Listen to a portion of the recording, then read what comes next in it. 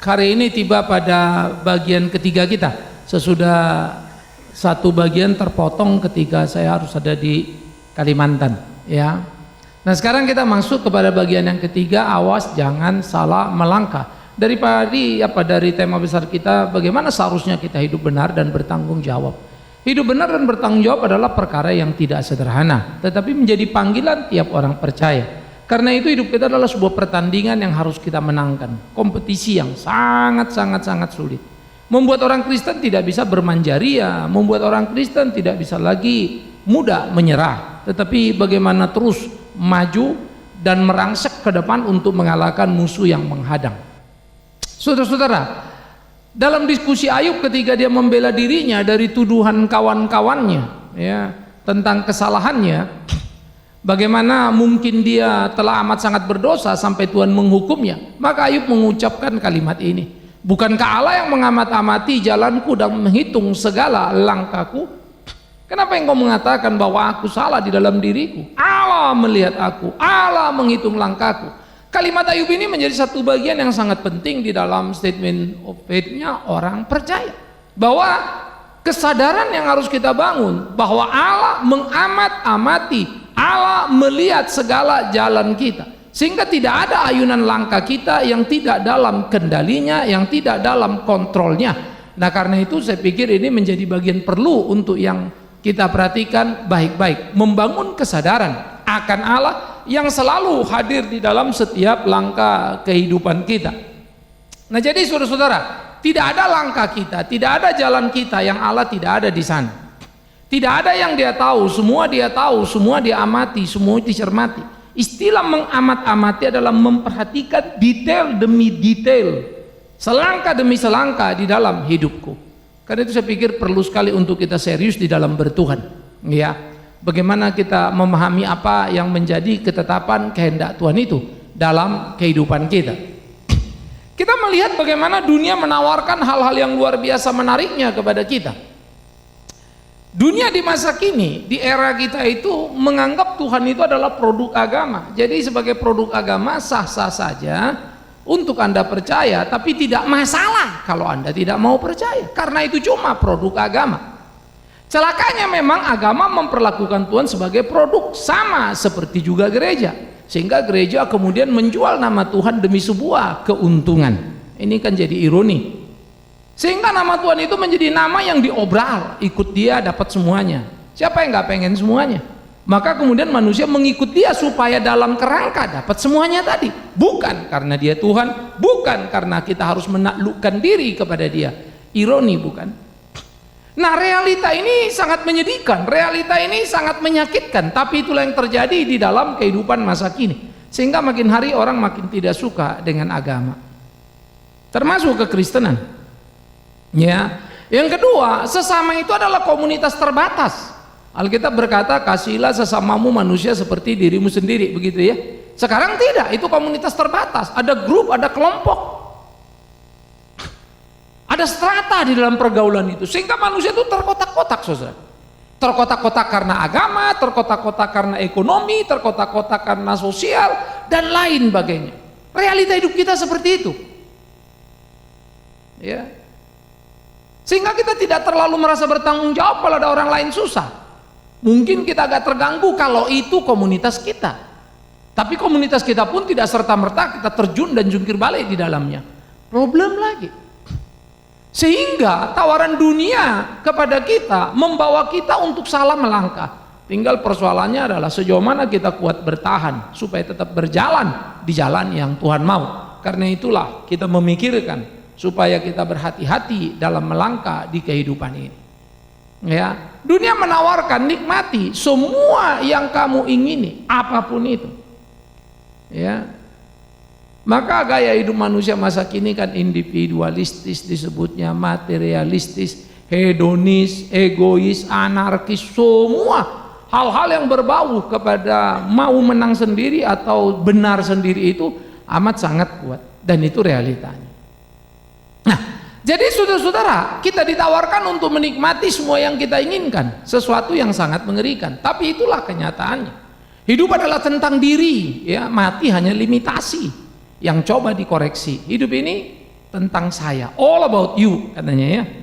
Sementara mati itu adalah limitasi yang coba dikoreksi. Artinya mari kita makan obat umurnya panjang, manusia berubah saat ini, berusaha itu dari plasenta, stem cell dan seterusnya. Ya, manusia coba menerobos.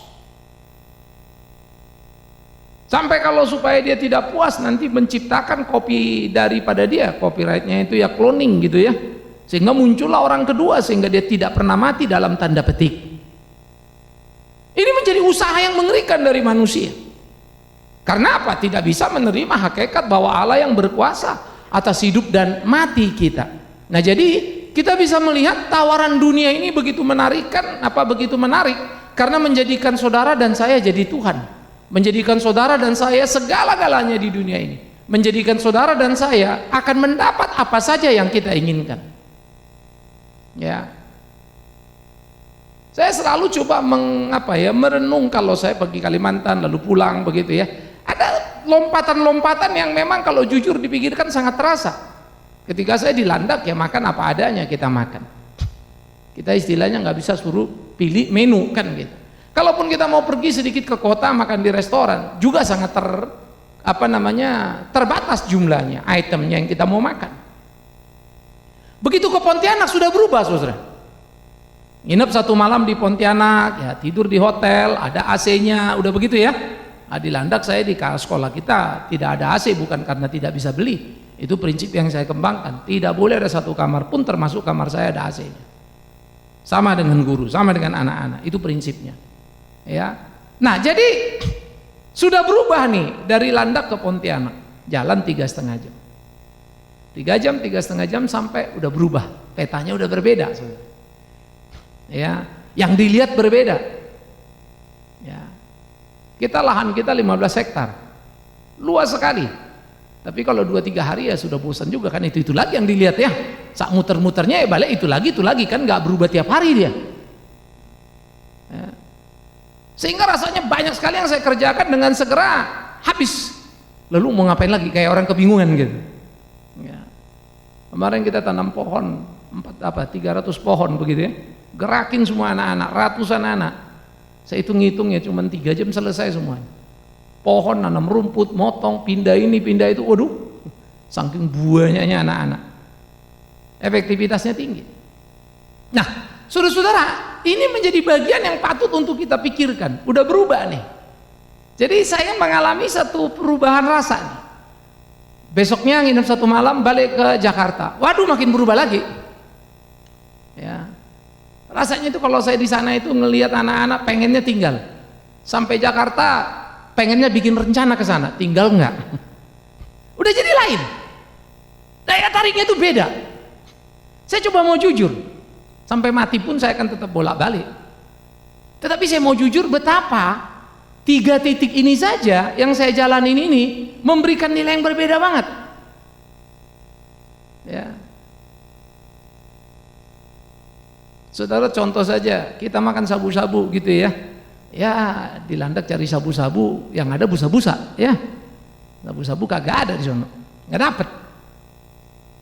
Ya sini kita bingung mau makan di mana nih. Ya. Jadi ada satu hal yang lain sekali. Nah jadi di dalam bagian seperti itu kita diperhadapkan kepada situasi mau apa, mau kemana kamu, mau di mana kamu. Ya. Sampai sekarang saya tidak clear dalam konteks panggilan Tuhan saya mesti di desa. Tapi clear bagi saya Tuhan suruh saya ke desa. Tapi keinginan saya untuk tinggal di desa itu yang saya pertanyakan. Ini mau saya atau memang Tuhan sungguh-sungguh? Nah ini menjadi pergumulan serius saya. Sisa hidup ini mau digimana ini supaya efektif banget. Ya. Itulah yang ditawarkan dunia kepada kita. Kenikmatan. Nah apa yang akan kita lakukan? Pikirkan. Sementara panggilan hidup orang percaya sangat berbeda dengan apa yang ditawarkan dunia. Bagi orang percaya Tuhan adalah pencipta yang berdaulat di mana kita harus menaklukkan diri kita kepadanya, suka atau tidak. Kita harus memilih atau menjalani apa yang Dia tetapkan, suka atau tidak. Tuhan tidak akan tanya ini firmanku kau suka apa enggak? Enggak, aku ganti ya. Enggak ada. Ini adalah ini. Kalau dia bilang nggak boleh, kita nggak boleh berdebat. Kemutlakan Tuhan itu sangat tidak disukai oleh manusia, karena manusia jadi kayak narapidana ya, tanpa daya untuk melawan, sehingga kehidupan itu menjadi mengerikan. Sesama itu adalah diri sendiri. Diri sendiri adalah sesama. Jadi bagaimana kita mungkin abai pada sesama kita? Kan nggak bisa. Kita mesti caring sama mereka. Kita mesti menolong mereka. Kita mesti memperhatikan mereka. Itu sesama. Sehingga kita nggak bisa lagi self-oriented tadi atau self-center tadi, atau menikmati kehidupan bagi diri. Tapi bagaimana saya berfungsi, berguna bagi sesama. Ya. Lagi-lagi saya bilang tadi, kalau saya ngalamin selalu titik gitu. Kalau lagi pergi, wah rasanya udah bantu sana, keluarin, udah berapa duit, beresin, dardu. Begitu pulang sampai Jakarta, duitnya udah berkurang, mulai mikir lagi, mati gua. Kayaknya kemarin terlalu bersemangat suplai duitnya. Ada satu titik di mana, waduh. Baru saya pikir-pikir lagi, Tuhan gila bener ya. Saya ini jadi terus berusaha jujur ya. Saya orang yang suka kontemplasi, karena saya tidak suka melayani lalu saya terjebak ya pada angan dan nilai diri. Saya coba mau belajar ya. Hanya saya pikir-pikir secara jujur, iya ya. Berasa ada something yang tidak membuat saya berhenti, tetapi paling tidak dua titik yang berubah itu membuat saya sadar betul konsistensi saya belum terlalu tinggi. Ya, semua orang kalau melihat dari luar tentu, wah Pak Big Man luar biasa loh, pergi ke desa loh, padahal di Jakarta juga semua orang nyari dia. Tetapi saya harus melihat saya dengan Tuhan, nggak penting saya dengan orang, bukan. Tuhan kira-kira ngeliat saya kayak apa ya? Akhirnya saya sadar, iya Tuhan. Betapa mudah aku berkata aku mencintaimu dengan sepenuh hatiku, tapi terasa amat sangat sulit menjalaninya dalam hari-hari hidupku. Ya. Sehingga dunia ini punya daya tarik yang luar biasa nih, membuat kita tergoncang, saudara. Bagaimana kita mesti sangkal diri dan pikul salib, sehingga nikmat diri tadi, self center tadi nggak ada di situ. Kamu bukan kamu. Kalau bahasa dunia, aku adalah aku. Sekarang aku bukan aku. Waduh mak, totally bertolak belakang, bukan? Sehingga kalau aku bukan aku, lalu aku ini apa? Apa yang Tuhan mau? Saya mau nikmat, saya mau senang, saya tidak mau susah. Teknologi membuat kita begitu mudah. Saya nggak perlu lagi pencet-pencet, cukup pakai remote sudah selesai kan gitu. Saya nggak perlu lagi pegang seperti zaman guru saya dulu kan, pakai penggaris ya A, B. Sekarang kalau saya shoot ya saya shoot aja begitu sudah, mau di ujung mana pun nyampe tuh titiknya kan gitu. Ini baru dengan teknologi yang terbatas, belum lagi kalau kita makin canggih, saya gini-gini bergerak semua. Set, taruh sana lagi, kejebuk, pinggirin, keluar lagi. Ya, touchscreen kita bisa bikin. Kadang-kadang bukan touchscreen lagi, sudah gerak kita diikutin. Edan membuat kita semakin manja, daya tahan kita semakin menurun.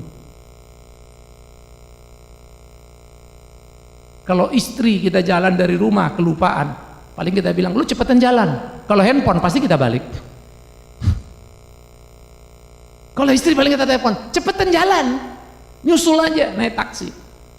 Tapi kalau sudah handphone apa boleh buat, mau di ujung mana pun kita balik lagi. Gila betul loh. Handphone itu sudah kayak Tuhan kita, sudah nyawa kita itu. Sehingga kadang anak-anak ada lebih baik tidak punya uang jajan daripada tidak punya handphone. Gaya hidup kita kayaknya kalau nggak punya handphone tuh kok aneh gitu ya. Kalau nggak punya uang jajan kan orang nggak ngeliat ya. Kalau handphone itu kan kelihatan ya. Sampainya kita juga bisa handphone satu juga nggak cukup, akhirnya 3 handphone kita, 3 nomor dipinjam kawan, tapi akhirnya cuma 1 juga yang aktif sih. 3 nggak kedengeran, mana yang bunyi, mana yang ini. Kadang-kadang ribetnya setengah mati. Sehingga saudara-saudara, kita ngelihat pola hidup itu membuat kita tertarik terus. Ingat ya, dia memberangus daya tahan kita. Jadi hati-hati dengan kemajuan teknologi, nikmati tapi jangan terikat di situ.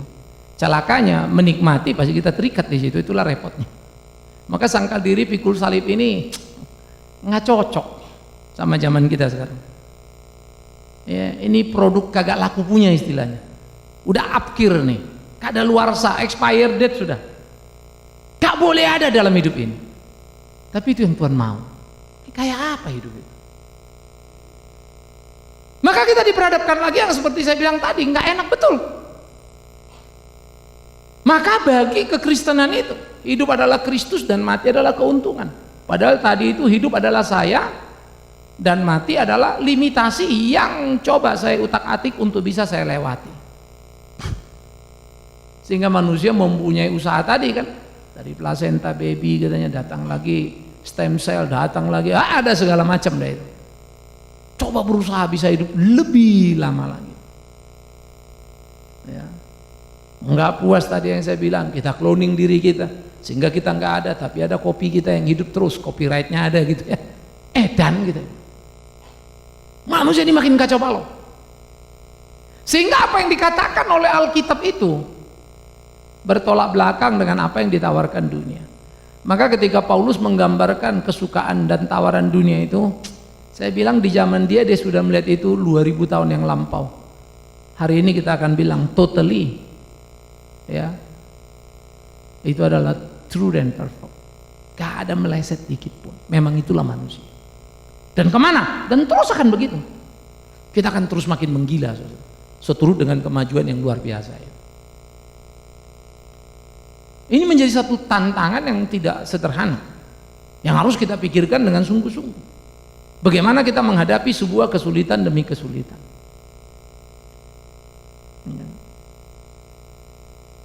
Maka ya, kita pikir-pikir, waduh, luar biasa ya. Kalau saya ditanya orang, Bapak takut nggak kalau mati? Ya, kalau Tuhan mau mati ya mati. Tapi kalau ngejalanin dan detik-detiknya ada, tegang juga sih. Kita kalau sudah pakai mobil standar misalnya ya, lepas dari apa mereknya, pokoknya kita beli selalu baru, pakai 3, 4, 5 tahun selesai gitu ya. Lalu diajak sama orang pakai mobil yang udah 10, 15 tahun umurnya gitu ya. Ada perasaan deg-degan juga kan? Ya bunyi gerodok-gerodok apa, pokoknya takut mau apapun mereknya, namanya mobil tua kan selalu ada kita bilang. Padahal dulu saya pakai mobil tua ngebut loh. Tapi sekarang nggak ngebut aja saya takut, bingung juga saya. Saya bilangnya apa yang kacau pada diri saya? Karena kebiasaan yang berubah. Maka kebiasaan inilah sebetulnya standar percaya. Aneh, bukan lagi Tuhan sebetulnya. Jadi saya rasa aman tenang bukan soal Tuhan pimpin jalan. Aman tenang tergantung naik mobil apa nih. Aman tenang tergantung tinggal di mana nih. Kalau daerah perang rasa nggak aman datang. Kalau daerah nggak perang rasa aman itu banyak. Jadi bukan soal Tuhan lagi sebetulnya. Tuhan itu cuma kamuflase tadi. Tuhan menjaga kita, Tuhan melindungi kita, betul, deg-degan mah jalan terus. Sehingga kalau kita bilang ya iya ya Tuhan, kemana kami harus melangkah? Karena itu tidak heran ketika orang Kristen terus ke gereja, tapi terus juga didera pada berbagai kesalahan dalam membuat sebuah keputusan. Nah inilah realita. Awas di dalam tiap-tiap langkah kita, ini menjadi sangat penting. Yang pertama ya ada satu realita hidup kita sekarang ini adalah mayantara. Apa yang disebut realita? Mayantara. Artinya apa mayantara Pak? Antara real dan imaging itu udah apa namanya? Udah nggak ada batasnya lagi. Mayantara itu adalah saudara disebut masuk dunia maya, computerized, internet begitu ya, game apa segala macam, virtual, waduh membuat kita sekarang edan ya. Kita seperti sudah bisa berkomunikasi dengan komputer itu. Semua bisa diprogram, dia jadi sekretaris, dia semuanya. Lalu komputer itu bisa diwujudkan menjadi robot. Sampai kita nggak tahu saking pintarnya robot kita lupa bahwa itu robot dan bukan mbak. Itu robot bukan manusia. Celakanya lagi kita lebih suka robot jadi pembantu kita daripada si mbak. Karena si mbak bisa ngelawan, robot enggak. Macam-macam gori program loh ya, gori start loh ya. Kurang lebih kan gitu, tinggal satu pencet cuprok restart lagi udah. Jadi kita ada dalam ini masuk dalam dunia yang nggak tahu lagi benar salah. Celakanya teknologi membuat gitu, maka benar salah dalam kualitas perbuatan pun jadi relatif. Ngeri ya? Benar nggak nih? Tergantung bermanfaat apa enggak. Bermanfaat, ya benar. Tapi kan firman Tuhan nggak bilang gitu, nggak boleh. Udahlah, yang penting berguna apa enggak, mati nggak? Kita diperhadapkan pada dunia maya. Anak-anak udah nggak tahu lagi mana benar salah, mana nyata bukan. Sehingga di Amerika, samping anak-anak sudah sangat hidup individualis, orang tua tahu kemana anak-anak main di internet dan segala macam. Anak yang brilian, pinter, cerdas, pergi ke sekolah hebat, bisa nembak orang. Diurut-urut kagak ada juntrungannya. Ya. Apa yang terjadi di Indonesia sedang membelekkan mata kita. Ya, media mengungkap, tapi sebetulnya memang banyak peristiwa. Bagaimana anak-anak yang cantik-cantik, yang ganteng-ganteng, tapi psikopat banyak sekali. Bagaimana orang yang cantik, ganteng, tapi yang satu lesbi, yang satu gay, banyak sekali.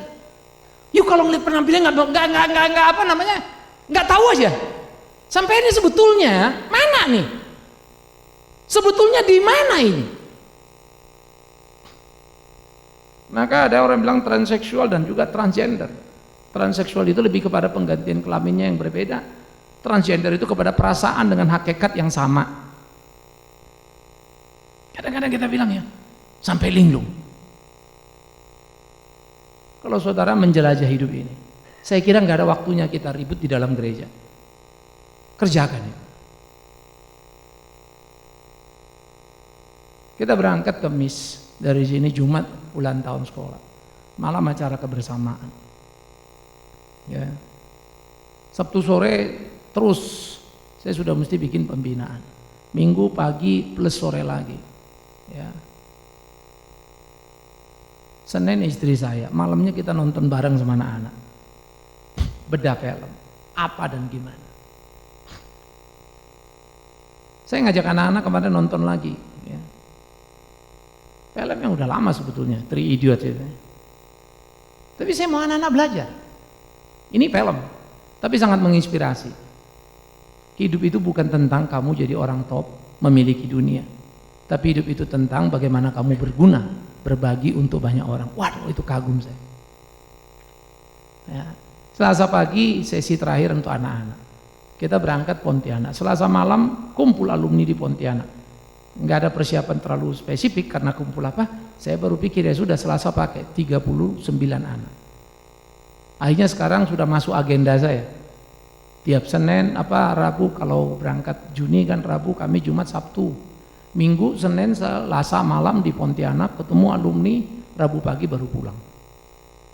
Jadi saya akan waktu-waktu seminggu yang efektif sekali terisi terus. Untuk apa hidup? Akhirnya waktu saya mengisi begitu saya berpikir, iya ya, ngapain banyak amat energi yang kita habiskan? Terlalu banyak yang kita mesti kerjakan. Tapi buang-buang energi yang nggak perlu. All about me. Truth itu kita nggak mau lagi. Kebenaran itu semakin hilang.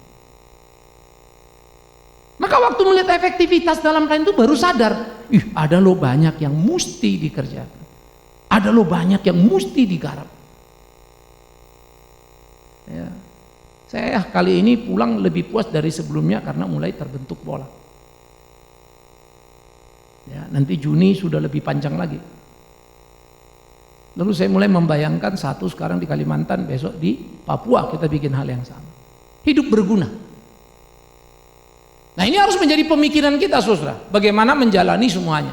Sehingga nilai itu yang terjadi adalah kompetisi tanpa nurani, tapi kita mesti mengisinya. Bagaimana kita berkompetisi dengan kompetisi tanpa nurani itu gini, saya berhasil kamu gagal, ya sudah. Dan kita tidak bisa sebetulnya siap menerima orang berhasil seperti kita berhasil. Kita nggak nyaman. Kita bilang sedih melihat orang saudara kita yang kesusahan ya, aduh kasihan. Tapi sebetulnya dalam hati kita bangga juga karena kita lebih hebat dari dia. Miris loh. Gak bisa dibohongin hati yang berdosa ini. Kita senang waktu dia sukses. Tapi sebetulnya dalam hati kita kenapa bukan saya? Mestinya kan saya yang sukseskan kita.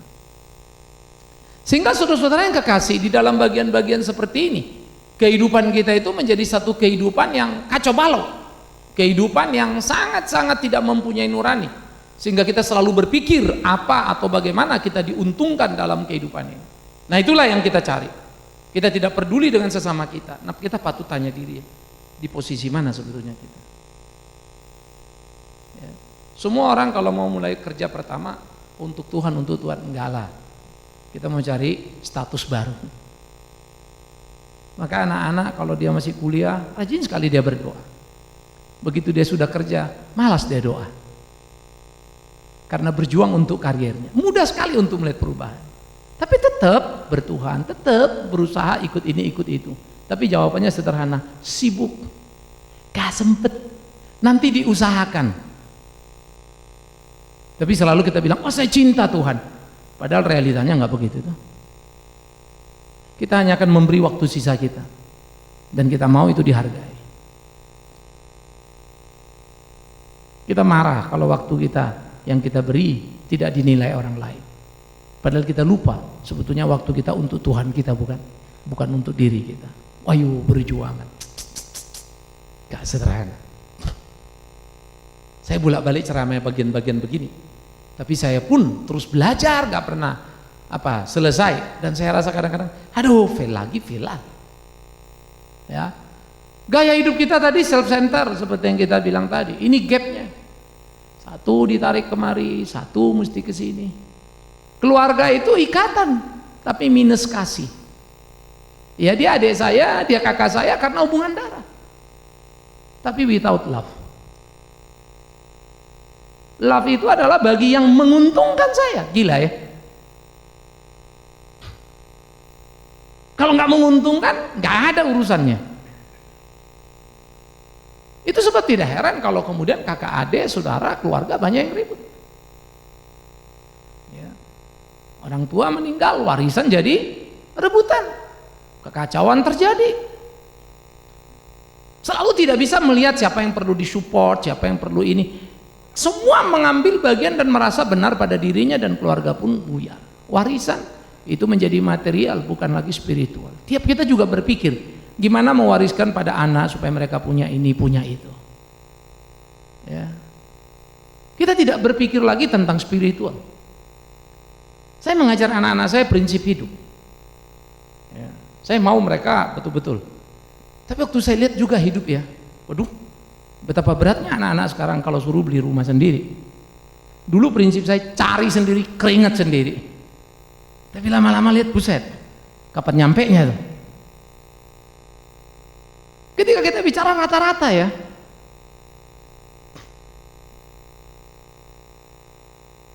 kalau orang bisa gaji 25 juta sebulan, good, kurang lebih kan gitu ya. Udah bagus lah ya. Tapi kalau 25 juta nabung berapa, beli rumahnya di mana ya? Rumah gila-gilaan sekarang. Republik ini kacau nih, nggak ada kontrol sistemnya. Kalau di Singapura rumah itu bisa turun harganya. Karena pemerintah kontrolnya luar biasa. Di-adjust, dinaikin, diturunin. Ya. Sehingga terkendali. Di Indonesia waduh, ke ujung langit sana. Sampainya bukan kita masuk rumah, rumah nimpa kita. Jadi bukan kita di atas rumah, di dalam rumah. Rumah di atas kepala kita. Gedebuk, prok, mati kita. Ini realita. Sampai mulai mikir, waduh mesti gimana ya? Tapi kalau pikir-pikir lagi, akhirnya saya mikir lagi, ini sebetulnya sejauh mana saya yakin Tuhan? Tentu tanggung jawab orang tua bertanggung jawab kan bagus ya. Tapi yang jadi problem yang saya pertanyakan adalah hati saya. Sebetulnya sejauh mana saya yakin Tuhan yang menyelesaikan semua.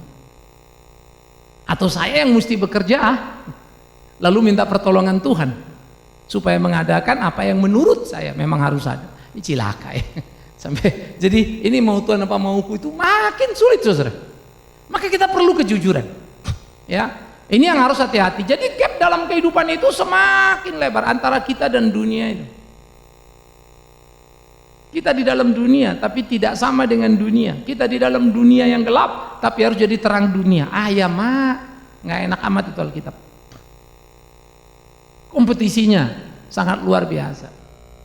Oleh karena itu, tarikan dunia yang semakin kuat sangat terasa pada apa yang dikatakan Alkitab. Di PL Dunia itu menarik begitu kuat. Kejatuhan Adam ke dalam dosa, diusir dari Taman Eden, nggak membuat manusia itu sadar diri, tapi makin menggila dalam dosanya. Sampai Kejadian 6 ayat 5 itu kan, manusia tambah hari tambah jahat. Lalu pasal berikutnya datanglah air bah, Tuhan murka, hancur dunianya. Habis keturunan si Kain, udah nggak ada lagi hidup di muka bumi ini keturunan Kain. Yang tinggal Nuh, keturunan dari Set. Sehingga peristiwa itu menjadi peringatan keras bagi umat manusia. Tuhan memang tidak lagi akan mendatangkan air bah, tapi Tuhan pernah murka sangat luar biasa. Hati-hati. Mestinya peringatan itu cukup. Enggak juga itu. Kadang-kadang kalau kita ngajarin anak-anak muda ya, harus begini, pengalaman hidup kita yang limpah itu pun kayak sampah aja. Enggak lah, beginilah, begitulah. Sehingga akhirnya muncul perlawanan. Saya mulai pikir-pikir, ini anak-anak ngejengkelin. Tapi lalu saya pikir lagi, iya apa bedanya kita sama Tuhan ya? Tuhan yang ngerti semuanya, kita lawan juga dia. Enggak lah, mesti begini, mesti begitu. Betul sih firman gitu, tapi kan nggak bisa, tapi kan begini, kita lawan. Sampai-sampai saudara, di dalam PB, penebusan Kristus kan membebaskan orang percaya dari jerat dosa. Tapi yang tidak percaya terbenam dalam dosa. Dan Wahyu bilang apa? Biarlah yang jahat tambah jahat, yang baik tambah baik. Buset dah, pemisahnya makin menggila loh. Jadi PB tidak membuat serta-merta semua manusia jadi baik. Air bah tidak membuatnya takut, kematian Kristus tidak membuatnya bersyukur. Jahatnya manusia. Kita di situ ya, ingat ya. Air bah yang menghancurkan dunia tidak membuat manusia takut berdosa. Kasih Kristus yang mengorbankan nyawanya tidak membuat manusia menjadi berubah. Mau dari sudut mana manusia ini bisa ditolong? Cuma satu, diperbaharui. Maka di bumi hanguskanlah nanti manusia ini. Di bumi hanguskanlah alam semesta ini. Sehingga barang siapa yang percaya padanya, mereka akan mendapat tubuh kemuliaannya, tinggal di langit baru, di bumi yang baru. Sedang ke sana kita berjalan. Karena itu kompetisi hidup kita di kekinian penting sekali untuk kita jaga supaya jangan sampai kita salah melangkah. Ingat ya, memang godaan keras. Begitu saudara keluar, kita ngadapin realita dunia lagi nih. Ini kalau di dalam ruangan kan enak ngomongin firman Tuhan ya, kita haleluya, tapi begitu keluar itu jadi masalah, problem berat ya. Seperti yang saya bilang, saya ngerti semua konsepnya, tapi kalau mau jujur, aduh, gedebak-gedebuk ya, sampai saya terus harus berdoa, Tuhan kacau nih. Karena itu jangan salah melangkah. Jagalah tiap langkah kehidupan kita dengan perspektif iman Kristen yang benar. Sangkallah dirimu, jangan mabuk puja dan puji. Jangan harap pujian dari orang. Ya, saya dimaki orang sudah, difitnah sudah. Marah? Yes. Tapi waktu saya terus belajar bisa tahan, jauh lebih lega daripada saya marah. Akhirnya bilang mestinya sih nggak usah diladenin. Saya tahu teori itu. Tapi kalau ada orang bikin lagi, pasti saya marah juga. Tunggu waktu lagi baru reda. Aduh Tuhan, rapuh amat. Ya, saya bersyukur bahwa pada akhirnya saya tidak membalas. Tapi kemarahan tetap meluap. Karena harus terus berdoa supaya Tuhan meneduhkan. Gak gampang ya. Karena itu saya selalu bilang pada diri, hidup bukan tentang apa yang sudah kau kerjakan. Jangan pernah hitung, tapi hitung apa yang belum kau lakukan. Supaya Tuhan tolong kita. Di mana saja silakan saudara melihat dan memperhatikan. Saya suka apa kata Paulus. Aku bersyukur boleh menjalani apa yang dia mau. Dia berkata, aku lebih daripada rasul itu, karena dia pergi ke bangsa asing mengalami penderitaan yang sangat berat. Aku lebih dari para rasul itu, karena dia scholars yang hebat. Tapi bukan dia sedang bersombong ria. Dia lagi mau tunjukkan itu nothing di hadapan Tuhan itu. Maka dia bilang, yang dulu kuanggap untung adalah sampah. Kalau sekarang kita udah debat, sombong banget, begini banget. Yang kita ributkan itunya, bukan melakukannya. Kalau baca surat Paulus, orang sekarang akan bilang, ini Paulus sombong amat sih. Karena kita hidup dalam tata krama basa-basi, nilainya tipis setengah mati. Berani mencintai kebenaran, babak belur kita. Betul lah kata Alkitab, cinta rumah Tuhan menghanguskan hidupku. Tapi itu yang harus kita jalani. Kemudian bagaimana kita memberi karena harus. Jangan berhitung. Tar kembali sekian kali lipat kali ganda. Alah, Tuhan udah kasih kau berkat, sudahlah. Tapi seperti yang saya juga tadi bilang, kita kasih banyak rasanya senang. Habis ngasih tegang juga ya. Buset, ini dari mana lagi nih datang? Apalagi kalau itu tabungan. Ciut juga.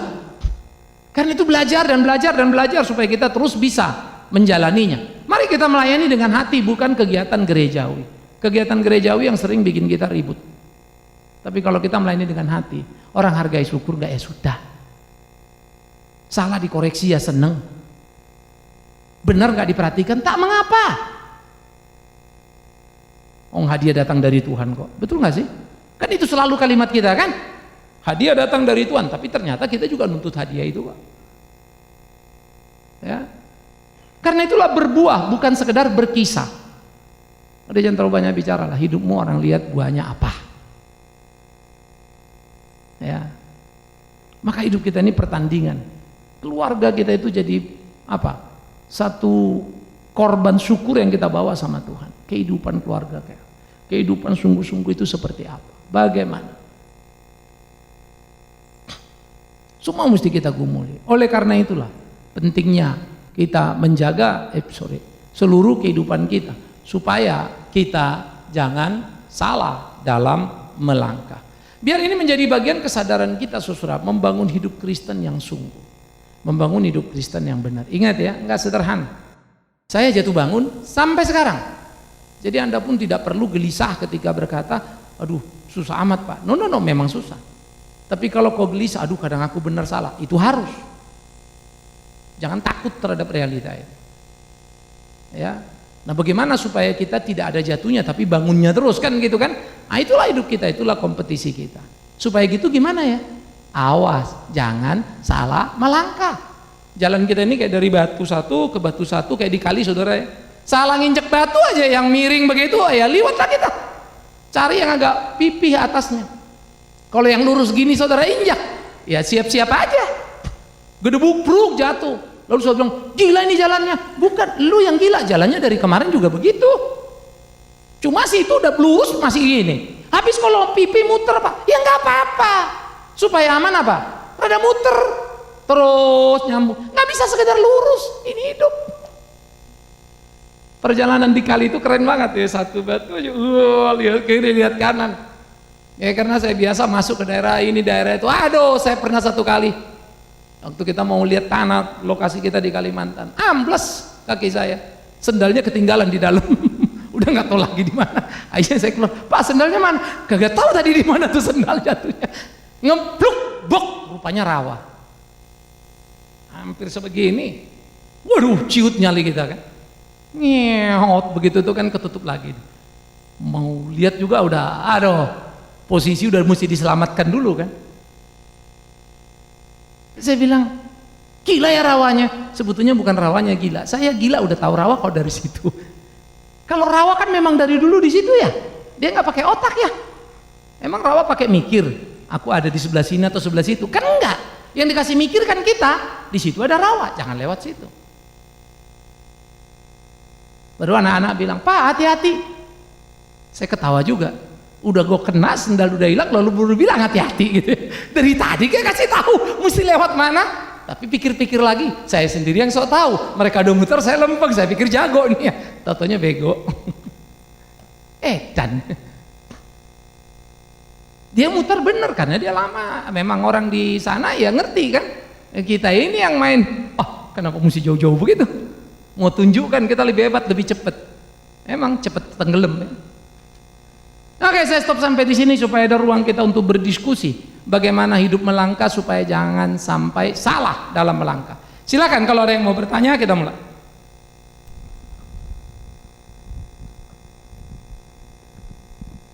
Ya.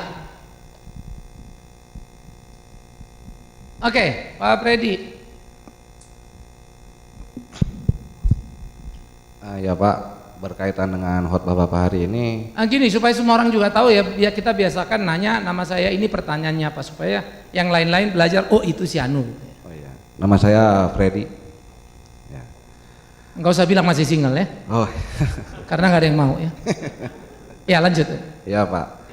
Jadi berkaitan dengan khotbah Bapak ini Pak, saya jadi teringat 2 ayat Alkitab, namun sepertinya jadi berlawanan Pak. Ayat yang pertama itu yang di 1 Yohanes Pak, yang bilang apa, janganlah kamu mencintai dunia ini, sebab kalau kamu mencintai kasih Bapa tidak ada gitu Pak. Lalu di Matius berapa itu Pak, Yesus bilang malah kita disuruh bersahabat Pak dengan mamon yang tidak jujur. Jadi yang ini disuruh mencintai, yang ini disuruh bersahabat. Ini bagaimana Pak sikap itu? Alkitab sih nggak salah ya, yang pasti itu kamu salah. Kenapa? Sebetulnya perspektifnya beda. Yohanes berbicara tentang dunia perilaku, dunia itu jangan menjadi sama dengan dunia, jangan serupa dengan dunia, berubahlah oleh pembaruan budimu. Itu istilah kalimat yang dipakai oleh Paulus. Sehingga memang betul kita nggak boleh sama dengan dunia. Apa itu yang dimaksud Yohanes? Hidup seperti orang dunia, tapi kita menjadi garam dan terang dunia. Lalu Yesus ngomong soal mamon, itu 2 hal yang berbeda lagi. Mamon itu adalah bagaimana bersahabat dengan mamon, artinya kamu punya uang, ya, pakai uangmu ini untuk hal yang benar. Nggak ada yang salah dengan uang. Kalau dia budakmu, kalau kamu itu eros sama uang, nggak ada yang salah. Yang repot kalau kamu agape sama uang. Filea sama uang saja sudah jadi masalah, apalagi agape, matilah kita. Seperti Tuhan mencintai manusia dan rela berkorban, begitulah kita mencintai uang dan rela berkorban untuk uang. Cabut nyawa orang demi salah berat kan? Jadi nggak ada yang salah dengan uang itu, tapi eros lah. Ya, jadi itu adalah bagaimana sebetulnya dia boleh ada, boleh tidak. Seorang suami istri ada kasih eros, ada, tapi tidak bisa berhenti. Maka kita diajar eros dan agape lah. Kasihlah istrimu. Wah, saya nggak ada eros sama istri Pak. Wah, kalau begitu kok ngeliat istrimu nggak nafsu. Loh, kalau nggak nafsu ngeliat istri kita kan bingung. Nafsu itu adalah hal yang Tuhan berikan, itu anugerah kan. Nah, jadi nggak ada yang salah. Begitulah tadi mamon itu disebut. Sehingga dengan itu kamu nolong. Nah, konteksnya itu adalah bendahara yang nggak jujur nih. Lalu dia mau dipecatkan. Ini gimana ya? Akhirnya apa dia panggil? Lu utang berapa? 100, dah bikin surat utang 50. Kamu berapa? 60. Udah bikin surat 40. Kamu berapa? Dikasih potongan lah semua kan? Dapatlah dia uang. Kenapa? Karena dia bingung. Kalau dia diberhentikan tuannya, dia bilang apa, ke ladang dia nggak bisa. Kerja nggak kuat, yang bisa cuma ngitung duit. Siapa lagi mau pakai dia bendahara? Kalau sudah dipecat sebagai bendahara kan tersiar lah itu.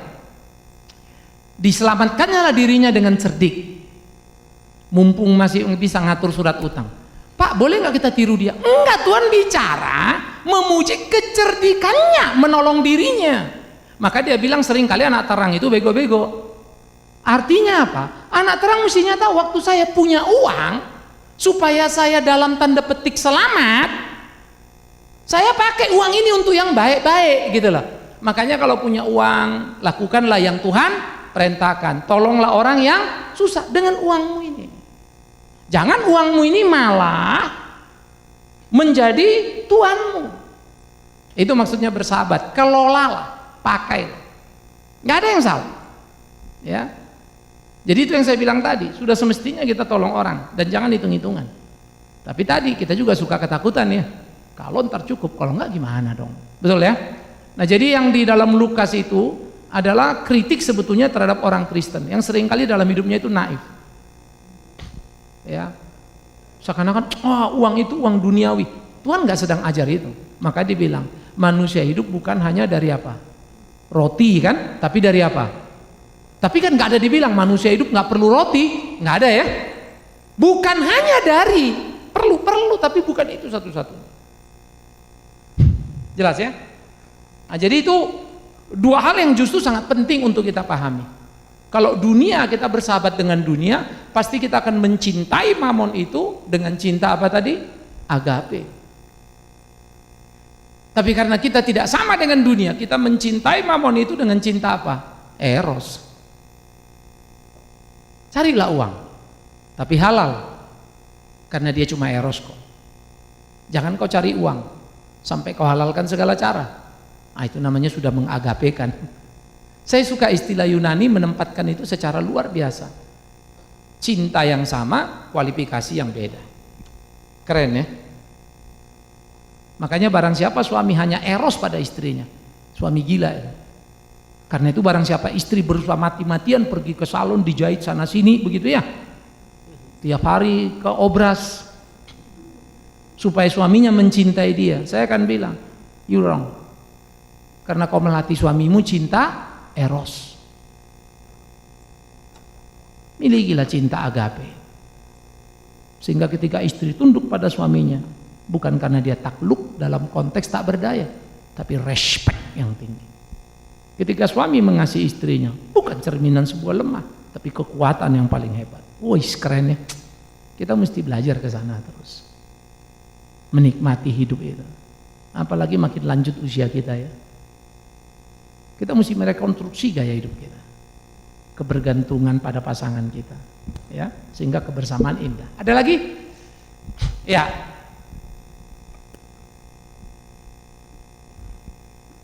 Shalom Pak Pendeta Bigman, nama saya Hiras. Ya. Judulnya sangat bagus, awas jangan salah melangkah.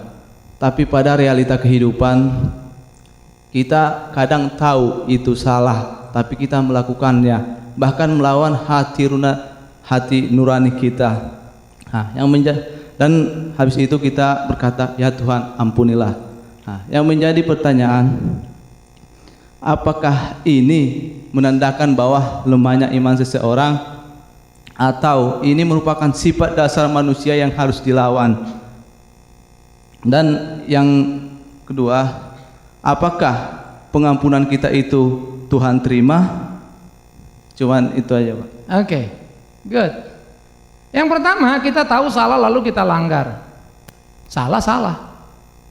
Bahwa kita minta ampun, yes, kalau kita minta ampunnya dengan benar. Kalau rutinitas seperti pengakuan dosa gitu ya, rutinitas tiap minggu, malaikat juga enek nyatatnya. Kau bolak-balik, habis itu kau langgar lagi. Kita kan nggak bisa bohongin dia ya. Sama bos saja kalau kita ada salah kerja, salah lagi.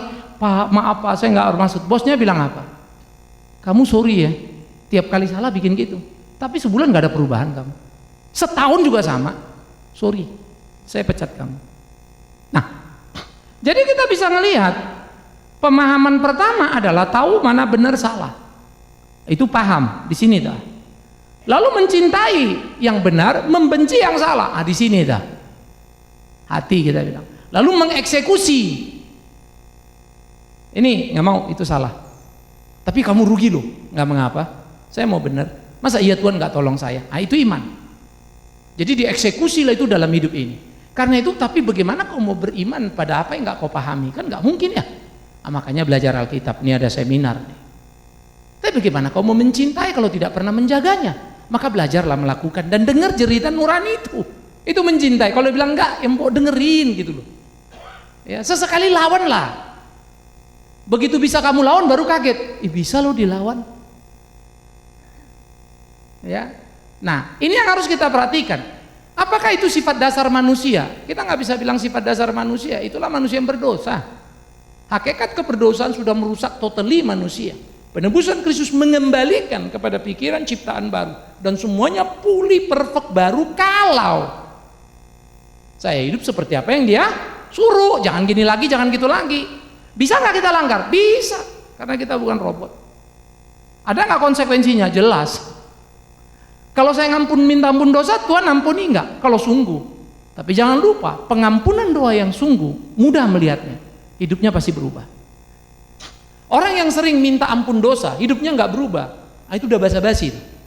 Yes, karena orang yang minta ampun dosa sungguh-sungguh, pasti dia akan berubah. Makin hari makin baik, nggak gedebuk prok besoknya langsung sama sekali baik langsung, tapi perotan. Ya. Saudara lihat di rumah perubahan istri, perubahan suami, perubahan anak, kelihatan nggak? Halo, jangan didiskusikan di sini Pak, nanti ribet di rumah gitu ya. Biarlah masing-masing menyimpannya di dalam hatinya. Ya, jadi kalau suami sorry, tapi besok bikin lagi, itu kan basa-basi. Tahulah kita ya. Nah kalau istri aja tahu, suami saya mau begitu Pak, habis. Ntar ini udah gini, ntar Pak pasti minta maaf tuh, pasti saya dicium Pak.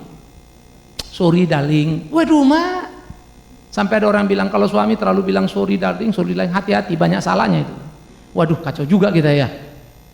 Ya enggak selalu kan ya. Kalau istri sudah manis, senyum-senyum, suami hati-hati, eratkan dompet. Ya masa iya juga begitu kan, nggak selalu ya. Nah, jadi kadang-kadang dengan mudah kita mengenali kan, karena kebiasaan. Ini mau ini, ini mau ini. Anak, papa mau gimana? Apakah ya? Udah mudah-mudahan nanyain kita, udah tau lah kita ujungnya itu. Udah berapa duit? Kita tanya aja. Iya sih mau ini. Ngapain lu muter-muter ngomong? Kita tahu anak kita. Ya. Nah, jadi Tuhan lebih tahu lagi siapa kita. Jadi ini yang saya bilang tadi ya penting. Kadang-kadang kenapa teman seiman penting yang bisa dipercaya? Telepon, aduh, aku ini ada gini nih, tapi digoda begini nih. Kalau ambil ini luar biasa ini untungnya. Jadi aku pengen banget, tapi aku tahu ini salah. Gimana? Ya salah sudah. Tapi aduh pengen banget. Ya kita berdua sama-sama. Itu rasanya meneguhkan. Itulah gunanya teman seiman. Itulah gunanya istri, itulah gunanya suami. Menguatkan, memurnikan iman. Ya, sehingga kita tidak salah dalam melangkah. Hidup ini daya tarik dunia, ingat ya, amat sangat luar biasa kuat. Perhatikan. Dan ingat, daya tarik Tuhan amat sangat tidak menarik. Gereja membuatnya jadi menarik. Tetapi demi Tuhan yang hidup, tidak ada kebenaran yang menyenangkan. Dalam tanda petik, kebenaran itu memerdekakanmu. Tapi karena kau hidup di dunia tidak benar, kebenaran itu menjadi menyakitkan. Karena kamu lonely, sendirian. Kita mau ke kiri, orang ke kanan. Kita bikin benar, dipukul orang, difitnah. Waduh, nggak ngenakin. Tapi seperti Yesus bilang, sangkal. Nah itu kata kuncinya. Nggak bisa Tuhan, ya sudah, tenggelam kamu di dunia ini. Dan itu jadi membuktikan bahwa sesungguhnya kita bukan orang tebusan. Ya, jadi kita berdoa. Tapi jangan lupa tiap orang selalu ada dalam proses. Ada bayi rohani yang masih makan bubur, belum bisa yang keras-keras, ada ya. Jadi kita juga jangan bilang temen begitu lihat, wah dia ini Pak nggak bakal masuk surga nih Pak. Berapa kali sudah salah kacau nih? Nggak boleh. On progress semua ya. Tapi yang diproses jangan terus-terusan ngomong. Kamu gimana? On progress Pak. 10 tahun lagi gimana? On progress Pak. Dekat mau mati gimana? On progress Pak. Itu sama kalau ditanya, kau udah di mana? On the way. Padahal baru keluar dari rumah, on the way. Takut telat, on the way. Buang kebiasaan itu. Udah saya udah jalan posisi di sini. Sekarang saya kalau ditanya orang dulu juga on the way, saya pikir-pikir nggak fair. Saya kasih tahu posisi saya di mana. Di sini mau masuk ke sini. Emang saya telat? Saya bilang saya telat. Oke, good, ada lagi.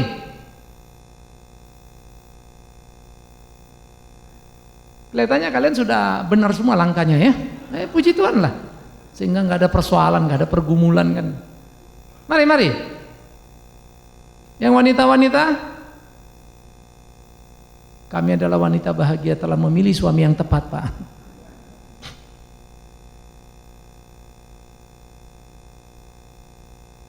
Kok saya teduh semua? Ini memang gak sederhana ya, tapi memang kita mesti memikirkan gimana menerobos itu.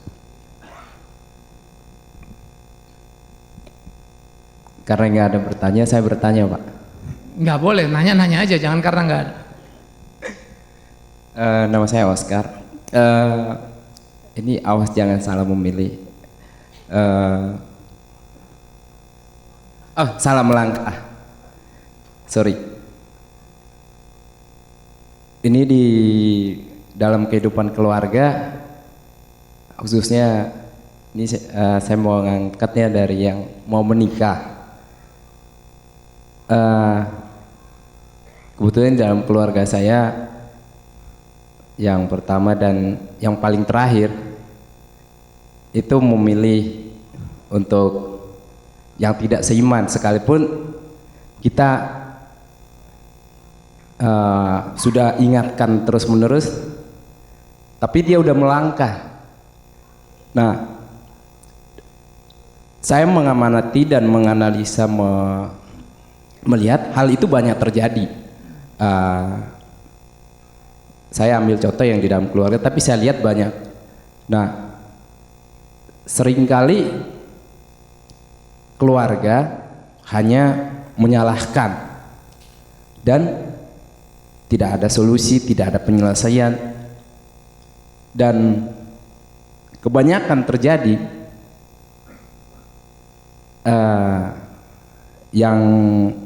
yang lemah akan mengikuti yang kuat, bukan pada prinsip, bukan karena kebenaran, khususnya secara ekonomi.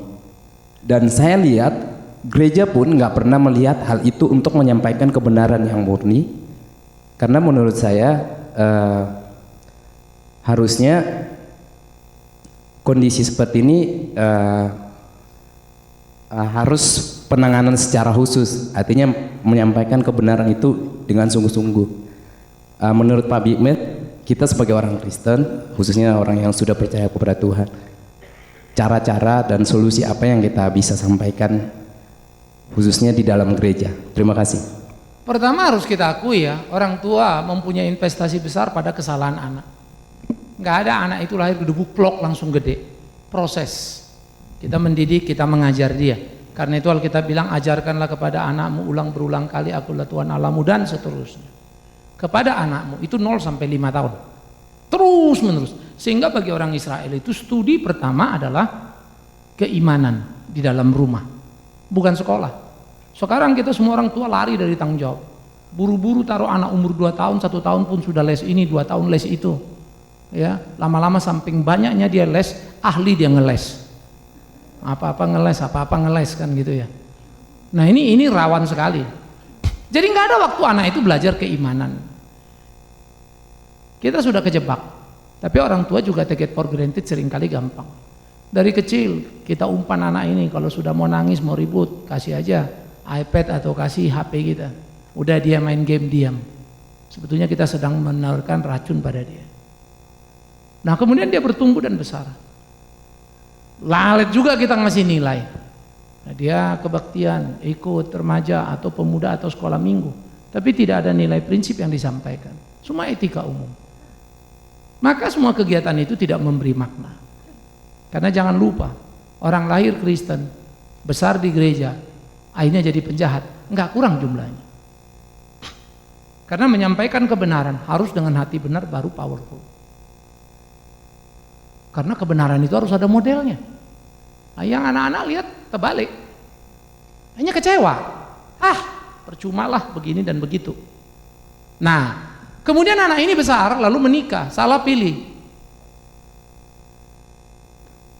Orang tua pasti nggak pernah merasa dia salah nih. Sehingga mestinya pertama adalah kita sadari kesalahan itu, lalu kita lihat, oh iya kita salah di sini. Kita mesti ngomong sama dia, sorry, kita mungkin salah didik kamu begini-begini, tetapi harus diperhatikan supaya jangan kamu lanjutkan kesalahan itu. Nah tinggal tingkat kerusakannya sejauh mana dan tingkat relasi orang tua dan anak ini sejauh mana. Kalau tingkat relasinya jelek, anak itu nggak mau dengar. Tapi kalau tingkat relasinya bagus, namanya anak ada selalu kenakalan, tapi tidak akan kehilangan. Ya, sehingga mudah masih mungkin untuk dimenangkan. Nah ini yang mesti menjadi concern kita, ini mesti jadi perhatian kita. Nah ketiga, kemudian adalah bagaimana orang tua harus membicarakan hal itu. Nah, orang kan mau menikah kan bukan langsung nikah ya. Dari pacaran kan mestinya udah diomongin atuh. Kadang-kadang orang udah mau nikah baru dikomentari. Orang ini udah pacaran 3, 4, 5 tahun pula lagi. Apalagi ceweknya bilang, aku mas kalau nggak jadi sama kau aku bunuh diri aja lah, matilah. Ya. Akhirnya atau anak kita yang perempuan, yang laki bilang, cuman kamu satu-satunya, kalau nggak kamu ya udah, aku terjun dari puncak ke bawah, mendarat di Jakarta katanya. Dia nggak bisa terima. Nah akibatnya mereka sudah terkondisikan. Ya. Nah susah, saya ngurusin begini banyak. Ya. Dulu ada satu anak laki ganteng, ada satu bintang film dulu yang sangat terkenal juga, udah mau sama dia ceritanya, tapi dia mau sama cewek ini, sama-sama profesional di bengkel. Tapi mereka maunya pindah agama. Karena dia bilang saya nggak ngerti Kristen. Akhirnya bapaknya bilang yang perempuan, Pak boleh nggak ketemu bapak? Saya kasih waktu dan kita ketemu. Tanya semua apa itu Kristen. Saya jawab. Ya. Akhirnya dia nggak ada lagi ya Pak, jelas. Tapi besoknya mereka menikah di Australia, beda agama. Kenapa? Karena saya bilang tadi tidak ada satu penjelasan cukup untuk membuat orang beriman. This is proses. Tapi sudah orang tua itu kan mau, ya udah kita hargai. Kita lakukan apa yang bisa kita lakukan. Ya. Nah ini yang saya lagi bilang, karena sebetulnya saya juga sulit membayangkan karena anak perempuannya sendiri pun bukan seorang yang terlalu cinta dan mau belajar firman. Nah, ini juga repot kan. Orang tuanya yang rajin ke gereja dan cinta firman, lalu maunya gedebuk prok jatuh anak itu lalu berlumuran dengan firman gitu kan. Ya nggak bisa lah. Makanya kita bilang semua itu proses. Kita perlu hati-hati menjaga itu, melihat itu, mencermati itu, ya. Nah, jadi kalau ditanya itu ya mesti diperhatikan. Nah yang ketiga, yang terakhir, gimana dengan gereja? Ya gereja bicara kebenaran. Masalahnya dia ikut pranikah, pasti dia nggak mau kan. Dia pergi ke gereja, mana bisa dipaksa? Ya, apa dua-dua mau? Mereka itu mau maju pernikahan kan pasti sudah bikin janji masing-masing kan? Oke kita nikah, saya pindah ke agama kamu. Mas kalau kamu nggak ke agama saya nggak mau loh. Papa nggak kasih. Nah, lalu nikahlah dengan catatan, tar tengah jalan kita pindah ya. Banyak yang begitu kan. Tapi kalau sudah jalan siapa yang mau pindah? Banyak kemudian saya nanganin perempuan-perempuan yang kemudian divorce dari suaminya. Karenanya dia gelisah katanya, hanya kembali ke imannya. Kalau saya ditanya, capek sekali kamu jalan muter-muter. Melelahkan dirimu hanya menuju titik nadirmu. Umur sudah tambah, anak punya tapi nggak bisa ketemu karena mereka pisah. Dia kembali ke agama yang semula menjadi Kristen. Lalu orang tanya saya masuk surga apa enggak? Itu bukan bisnis kita. Bisnis kita gimana dia jalani? Karena saya juga khawatir sebetulnya. Dia balik karena sudah kepepet. Ngerti maksud saya? Nggak punya tempat pelarian lagi. Dia ke situ Kristen ya cuman itu tempat dia supaya bisa kembali dan diterima. Ini yang lebih menakutkan buat saya. Sehingga orang ini aja lah kita pikirin, yang lain-lain forget it dulu lah. Dia sungguh-sungguh apa enggak? Wah Pak, orang sampai nangis Pak, nyesel-nyesel. Ya nangis lah, udah kehilangan suami, kehilangan anak. Bukan dosanya yang dia tangisi. Penyesalan kenapa dia pindah lalu berseberangan sama orang tua. Itu sama kayak si Yudas nyesel. Saking beratnya penyesalan si Yudas, dibunuhnya dirinya. Tapi surga nggak tertarik. Maka ya penting sekali untuk kita berhati-hati di dalam bagian itu. Oke, good. Yang terakhir, Pak ke depan, Pak Tor. Terima kasih Pak Bingman. Ini mengenai salah melangkah yang ditujukan kepada jemaat atau anak-anak Tuhan. Tapi sebaliknya juga bisa ditujukan kepada gembala. Nah, ini ada pengalaman saya di Amerika, di mana ada salah satu gereja yang kami masuk ke dalamnya. Itu adalah gereja yang tidak pernah memberikan Holy Communion, perjamuan kudus. Nah, waktu saya tanya kepada ibu gembala, ini ibu gembala itu kenapa begitu pastor? Dia bilang, wah saya dapat tekanan daripada anak-anak Tuhan jemaatnya sendiri. Karena pada waktu saya mengumumkan dari atas mimbar bahwa jangan mengambil perjamuan kudus when you are living in sin, living together. Jadi kumpul kebo. Tapi orang-orang jemaatnya yang kumpul kebo diketahui kan oleh jemaat, apalagi oleh gembala, dan mereka tetap mengambil itu perjamuan kudus. Nah, ini menjadi satu tekanan, kesulitan yang luar biasa bagi gembala itu, dan akhirnya dia memutuskan tanpa perjamuan kudus. Nah, salah melangkahkah atau bagaimanakah ini, Pak Bigman? Iya, itu memang udah jelas lah ya, kalau memang itu baik, kita harus bilang memang salah melangkah. Itu keputusan dengan untuk alasan apapun sudah salah totally. Masa perintah Tuhan kita batalkan demi tekanan umat kan gitu. Lalu pasti alasannya gitu, kalau saya terusin Pak, bisa-bisa kami tinggal 10%. Nah ini yang jadi repotnya kan, kuantitatif ya. Padahal gereja itu emang apa urusannya kalau isinya 10? Kan nggak ada aturan harus 100 ya. Tuhan mencintai. Nah kita pun akan diperhadapkan nih Pak. Karena Indonesia yang kumpul kebo pun udah banyak. Makanya kebo sekarang sudah agak murah sih, agak turun. Sapi yang mahal. Kalau beli sapi mahal memang kan, susah.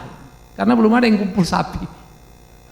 Nah, ini memang kita jadi repot. Sekarang sama kalau kita keluar negeri khotbah, homo dosa, bisa di-show. Ada orang tanya saya, Pak kalau you di Amerika kita undang khotbah, berani kalau ngomong homo dosa? Saya akan bilang, nah, kalau kamu di penjara gimana? Kita berdebat. Ya, saya sudah memikirkan apa yang saya harus jawab. Karena itu berkaitan dengan hak asasi manusia. Lalu dibuatlah perundang-undangan. Maka saya akan bilang, apakah saya tidak punya hak asasi untuk berbeda? Yo yakin nggak dosa, nggak apa-apa. Tapi kalau saya yakin dosa, jangan marah dong.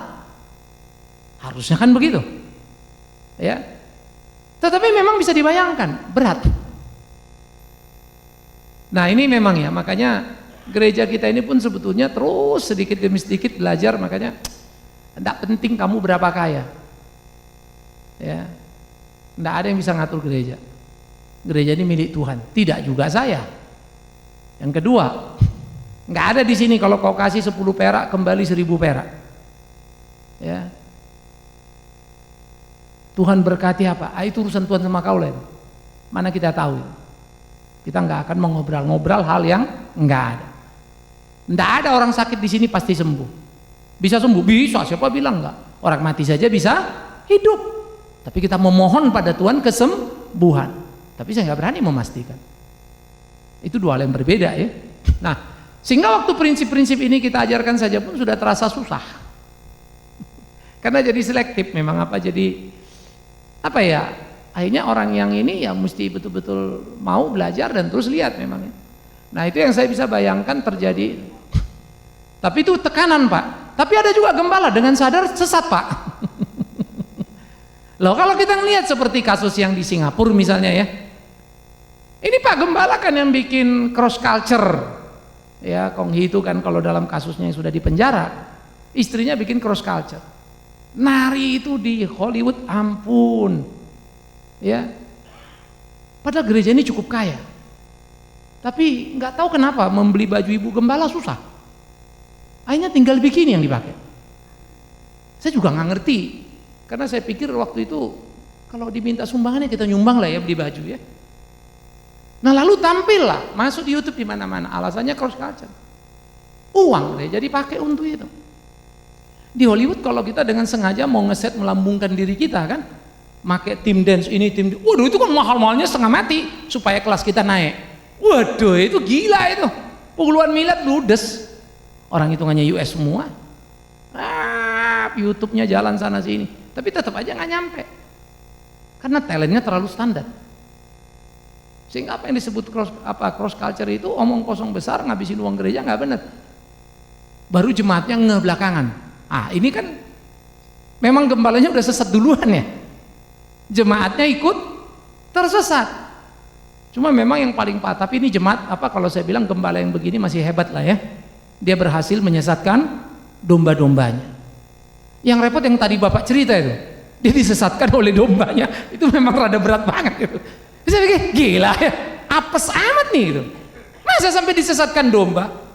Ya kalau domba ya gembala yang jahat itu walaupun itu tapi kualifikasi gembala adalah ya menyesatkan domba-dombanya. Tapi memang benerlah dia gembala. Ya. Nah, jadi memang tidak ada di gereja yang kebal. Karena itu saya suka waktu Tuhan Yesus mengkritik para imam di Matius 23. Siapa yang ingat? Kalian Farisi, imam-imam, ahli Taurat, apa? Kau ini nggak masuk surga. Waduh kalimatnya itu. Koma, tapi jahatmu tambah lagi tuh. Kau halangi orang mau ke surga. Karena orang mau belajar dipersulit kan. Lu mesti bayar ini, mesti. Jadi kadang-kadang orang bingung. Aduh kok jadi gini. Kadang-kadang sakit hati, nggak mau lagi datang ke sinagognya.